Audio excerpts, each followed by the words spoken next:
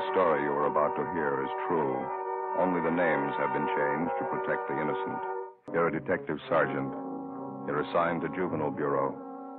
You receive a complaint about an 8-year-old boy and his sister. A neighbor reports they've been going from door to door begging for food. Supposedly, the children are from well-to-do parents. Your job? Investigate. Dragnet, the documented drama of an actual crime. For the next 30 minutes, in cooperation with the Los Angeles Police Department, you will travel step by step on the side of the law through an actual case transcribed from official police files. From beginning to end, from crime to punishment, Dragnet is the story of your police force in action. It was Tuesday, April 27th. It was overcast in Los Angeles. We were working the day watch out of Juvenile Bureau. My partner's Ben Romero. The boss is Captain Kinsling. My name's Friday. I was on the way back from communications, and it was 4:38 p.m. when I got to 1335 Georgia Street, second floor, room 14.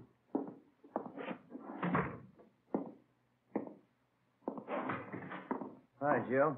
Been waiting long? I was just checking the record. No, I just got here. What's this thing all about? Well, just what I told you on the phone. 7-year-old boy and his sister covering the neighborhood begging food. You ready to go? Yeah, let me put this away first. All right. Kid's supposed to be from a wealthy family, huh? Well, wealthy enough to live in the best part of Bel Air, yeah. Doesn't make much sense. Must be some kind of a gag, huh? No, not according to the neighbor who called in. Yeah? She says the kids are half-starved.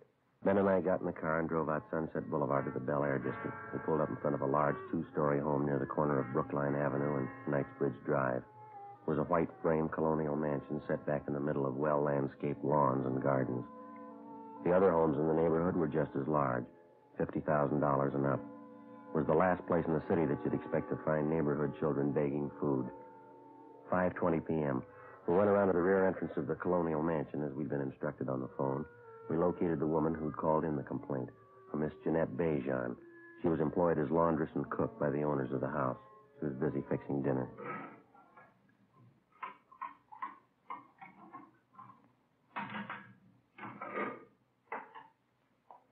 They're from next door, officer. The children. As I explained on the phone, a boy about 7 years, a girl 5 years old, I guess. Which side do they live on, Miss Bejan? The house on the corner? No, the other side. Out here. The brown and white house. Just up the street next door. Mm-hmm. Are the children there now? Do you know that? No, but they were here this afternoon again. Here to the back door asking for something to eat. I do not understand it. Something must be wrong. Well, have they been around often, Miss Bejan? 2 or 3 days. Maybe 4 days. At first I thought they were fooling, but they were not. I gave them some cookies, sandwiches. They were very hungry. They ate them like they were starving. The little girl saved her cookies. She took them with her. How about their parents? Are they at home? Excuse me. Passage.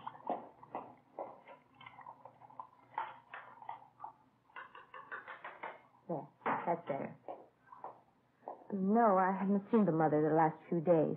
I understand they are divorced. The mother, she lives there with the children. The father, I don't know. Well, what's their name, do you know? Kessler. Madame, the woman I work for, she says there are 3 children in the Kessler family. But I don't know. I have only seen the 2, the boy and the girl. I would go over and see what is wrong, but I do not know the Kessler.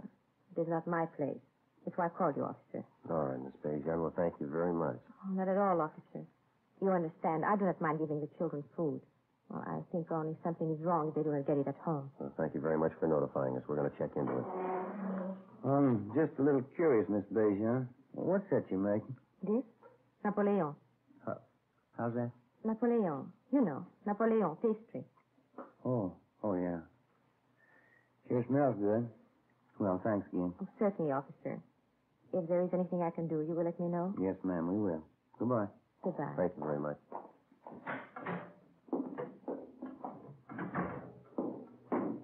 It's a beautiful place. Yeah. Those Swedish women make pretty good cooks, don't they?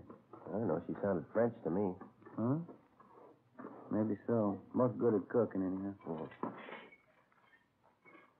Yeah, that brown and white house next door, that must be it, huh? Hey, that name, Kessler, they fairly prominent around town, society? I don't know. There's quite a few of them. Could be. Any way you look at it, it's hard to figure, isn't it? Kids have been at it for 4 days. If it's on the level, they really must be in a bind. The garage door is open back there. No sign of a car. Kids' bicycles, though. Let's try the front door, huh? Mm-hmm.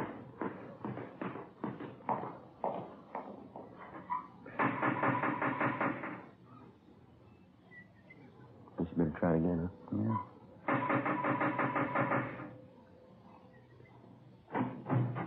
Yes, sir? Hello, son. Your name's Kessler, is that right? Yes, I'm Richard. My mother's not home right now. Maybe you can come back tomorrow. Well, we're police officers, Richard. If you're not busy, we'd like to talk to you for a minute. Is that all right? Yes, sir. That'd be all right. Would you come in, please? Thank you. Richard Kessler was a blonde-haired, wiry boy, polite, well-mannered. He told us that he was 8 years old and that he attended the neighborhood grammar school. He showed us back to the kitchen where he was warming a can of soup that he'd borrowed from a neighbor. It was a large house, richly furnished, but it hadn't been cleaned for weeks. Dust was piled up thick on the furniture, and children's books and toys were scattered around the rooms along with scraps of dried bread, half-eaten. The house was cold and musty. On a small bar in the dining room, there were 3 half-filled cocktail glasses, a plate full of cigarette butts. Evidently, they'd been standing there for days. On the sink in the kitchen, there were a few pieces of stale bread and an open bottle of milk that had turned sour. Next to it were a half a dozen empty whiskey bottles.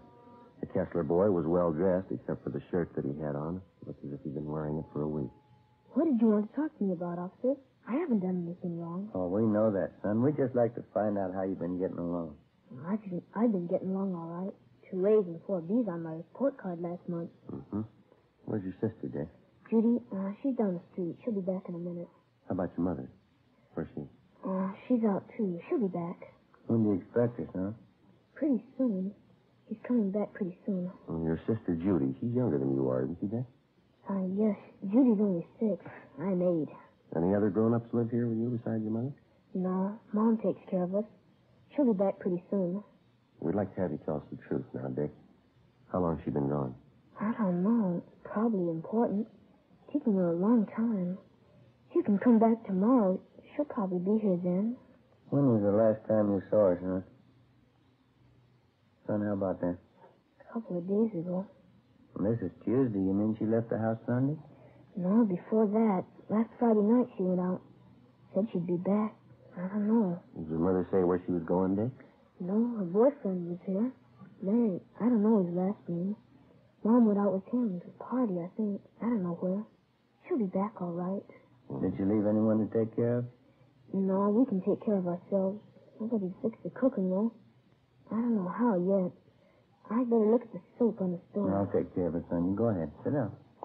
Has your mother ever left you like this before, son?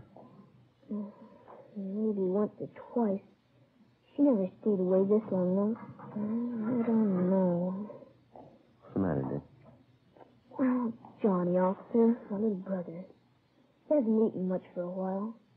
Must be hungry by now. I was fixing the soup for him. Yeah, well, where's Johnny? He's upstairs in the nursery.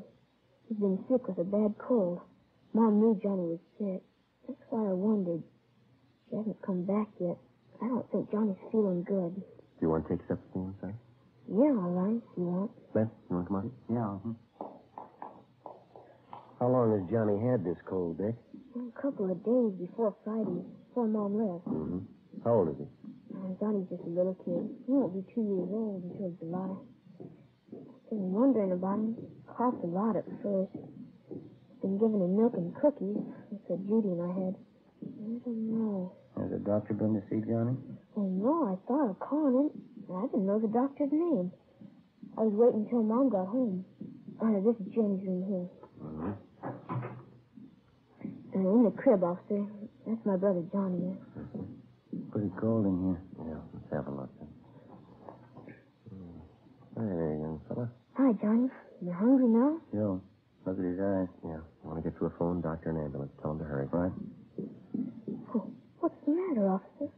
What about Johnny's eyes? You'll be all right, Dick.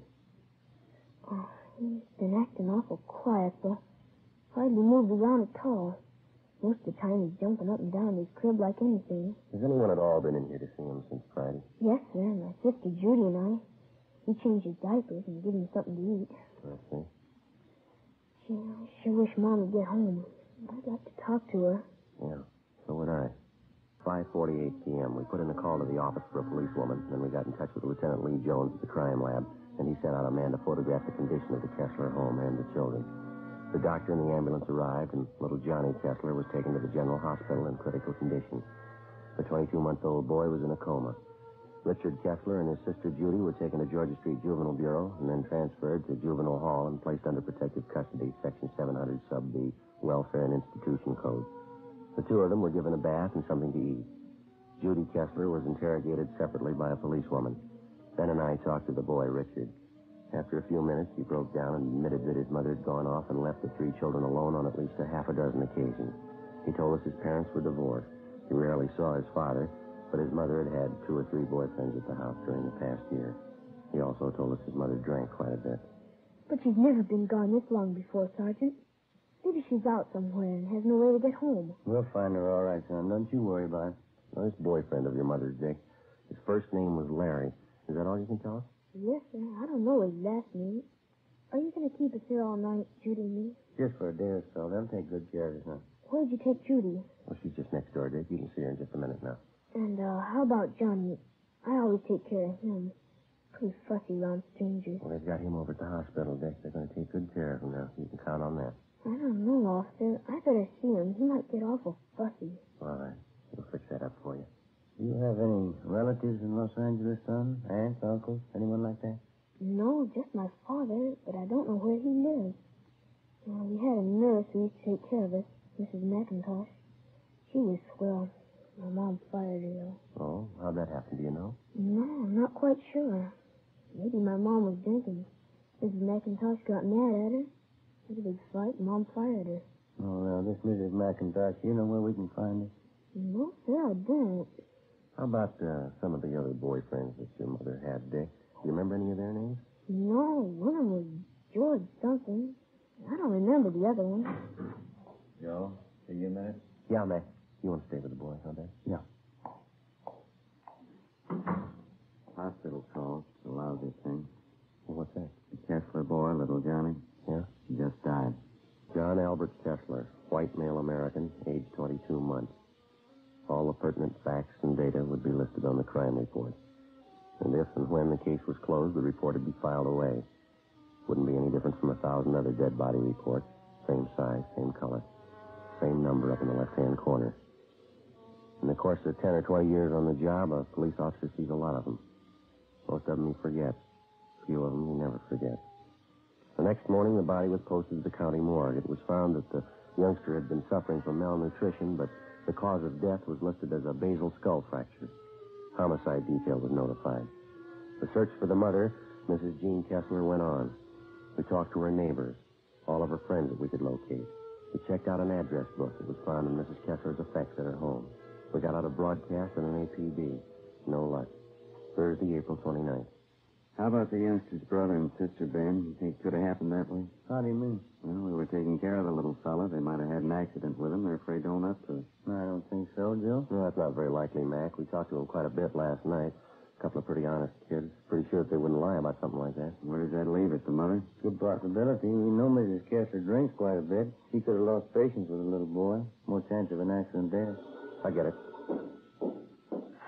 Juvenile, Friday. Yeah, Bert. Where's that? Uh-huh. Right, thanks.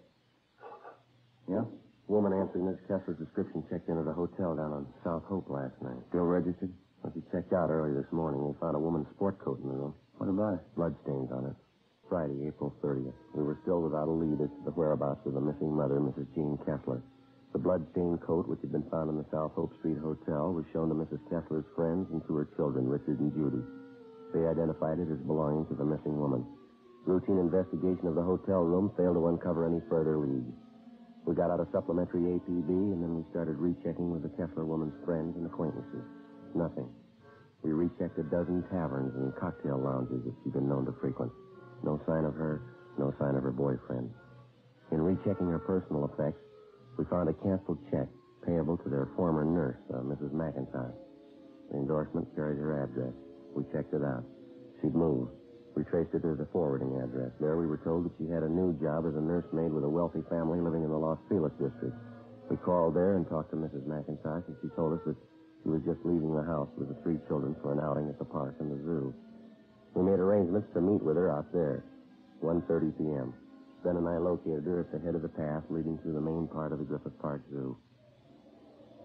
I read about it in the paper, Sergeant, about Johnny. I didn't know you wanted to talk to me. I would have called in if I did. We're still trying to locate the mother, Mrs. McIntosh. Can you help us out there at all? No, I don't know if you asked at those places she used to go to all the time, where she used to drink. Yes, ma'am, we have. They couldn't help us. Did you know any of Miss Kessler's boyfriends, the ones that had come to the house? Yes, I knew all of them. Donald, don't you wander off now. Same for you, Patsy. You stay close. The boy, Richard, he was telling us about one of the boyfriends, ma'am. A fellow named Larry. Oh, yes. Donald, you heard what I said. You stay close. Yes, I knew Larry. You remember what his last name was, ma'am? Yes, Bartell. Some kind of an actor in the movies, I think. Larry Bartell. You know where he lives? No, I think he had an apartment in Hollywood. I wouldn't know the address. What kind of a man was this Bartell? I mean his temperament and things like that.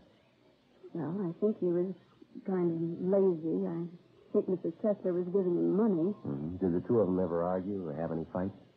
All the time. He had a terrible temper. Did you ever strike Miss Kessler? Yes, I saw it happen several times. Not too close to the cage, Donald.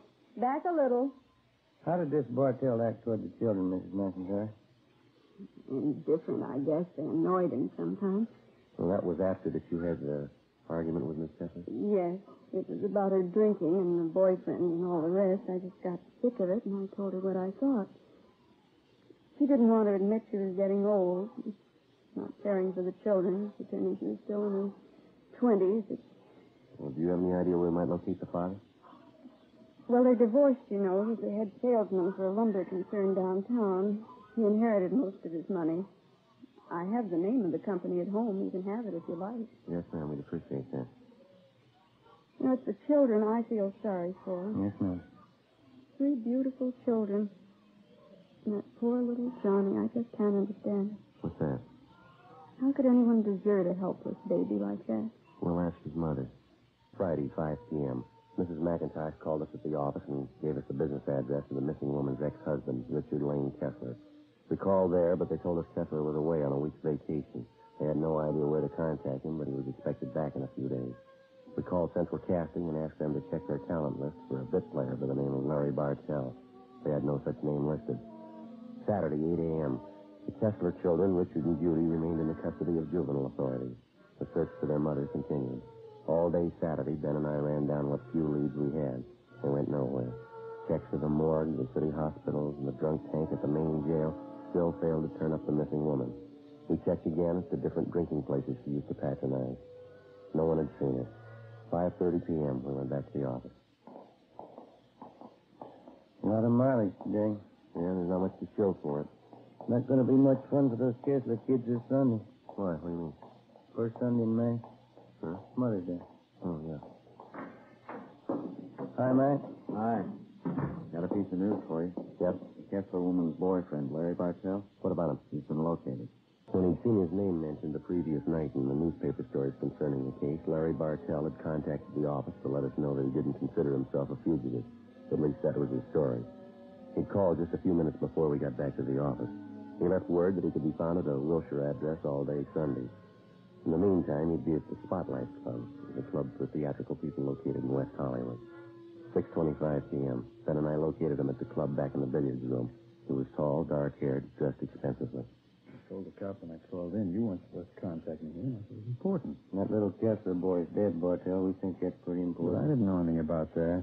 You didn't have to interrupt me. That's an important man I was playing with. Now, what do you want to know? Where's Miss Kessler? Well, why ask me? I don't know. You're a pretty good friend of hers. You were the last person seen with her. Oh, it was a week ago. We went out to a party last Friday night. I haven't seen her since the following Monday. Last Monday. I'm through with her anyway. What do you mean? I just got sick of her, that's all. Pawing all over me, asking me to marry her. I just got sick of it. It wasn't worth it. You accepted money for her? Just to tide me over. She had plenty of it. Why not? Where'd you last see her? Keep your voices down. I wouldn't like to get around the club. There's a hotel downtown on South Flower. I can give you the address. Were you at another hotel with Miss Kessler last week? Yeah, on South Hope, around 9th Street, I think. Oh, that's where you found a coat, huh? You've got an explanation for that? Bloodstain? Sure. Crazy day. So I saw her, then she tried to hit me with a bottle. Cut herself. Well, I tell you, it just wasn't worth it, that's all. I guess you can prove everything you're telling us, huh? Of course I can prove it. It's the truth. And what about the little boy? How'd that happen? I didn't have anything to do with it. It wasn't my fault. Well, how'd it happen? No, that Friday night, just before we left the house. The old lady and I were downstairs having a few drinks. She put the little kid to bed, but he wouldn't stay there. He just getting up out of bed and running downstairs crying. Yeah, go on. Ah, she finally took the kid, gave him a good spanking, threw him back in bed. I think he hit his head in one of the posts of the creek. Why didn't you do something about it? Well, I told her, but she said it was nothing, didn't matter. Got a coach from us, that's all. Kids are all right when we left. You mean all the times you and Mrs. Kessler went out, you knew those children were being left all alone in that house? Oh, what out of she's the mother, not me. Oh, look, I gotta get back. I kept that game waiting on. No, just a minute. It's going to wait a little longer. Come on. Larry Bartell was taken downtown and held for questioning on suspicion of 702 WIC, contributing to negligence of minors. He gave us the address of the hotel where he'd last seen Mrs. Kessler. Ben and I checked it out. It was a typical cheap downtown hotel with a bar opening off the lobby. The desk clerk told us a woman answering Mrs. Kessler's description was registered in a room on the second floor. They had an old-fashioned player piano going full volume in the bar. The sound followed us up the stairs. Tenants here sure must like their music. Yeah. Back the stairs, isn't it? 216? Yeah.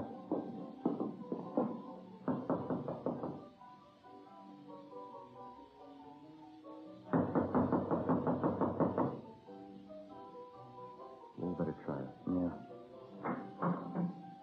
Let's have a look. Who's there? Who is it? You, Mrs. Jean Kessler? What is it? Who are you? Police officers would like to talk to you. I haven't done anything. What do you want with me? I want to talk to you about your children, Mrs. Kessler. But I didn't do anything. Johnny was sick, that's all. I didn't do anything. That's not what Bartell says. Larry, have you seen him? Is he coming back to me?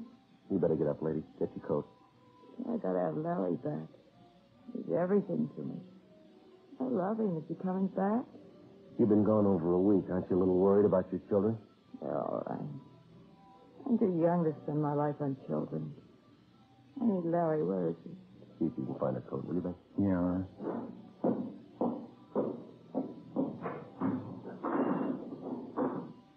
I've been drinking officers. I felt terrible. Yeah. I need Larry so bad. He's young like me. I love him. I gave him all my love. Gave him every bit of it. Yeah, you gave him too much. What? You didn't have any left for your kids. The story you have just heard was true. Only the names were changed to protect the innocent. On July 2nd, trial was held in Superior Court, Department 87, City and County of Los Angeles, State of California. In the field of radio presentations, we felt that we were attempting something a little different. We were not altogether sure that it would meet with your approval. Possibly, we were sure that our approach to this type of presentation was a sound one, but the final approval had to rest with you. If we may judge by your response, you've placed Dragnet high among the programs that you enjoy most. For this, we're indeed grateful. We've tried to bring you, first of all, an adult program worthy of the 30 minutes that you spend with us each week. We've tried to bring you an honest and authoritative report on the work of your police force. We've tried to bring before you documented police cases that were informative as well as entertaining. In forthcoming weeks, we sincerely hope that Dragnet remains one of your favorite shows. Your letters have been read by all members of the Dragnet production staff. So if you like to listen to Dragnet, it's because you, our listeners, have helped to guide us in presenting the kind of entertainment that you want. And for this, our thanks. Mrs. Jean Kessler was filed on and found guilty in Superior Court, charged of manslaughter. She was sentenced to 1 year in the county jail and deprived of the custody of her children. You have just heard Dragnet, a series of authentic cases from official files. Technical advice comes from the Office of Chief of Police W.H. Parker, Los Angeles Police Department. Now stay tuned for Counter Spy. Then it's Screen Directors Playhouse on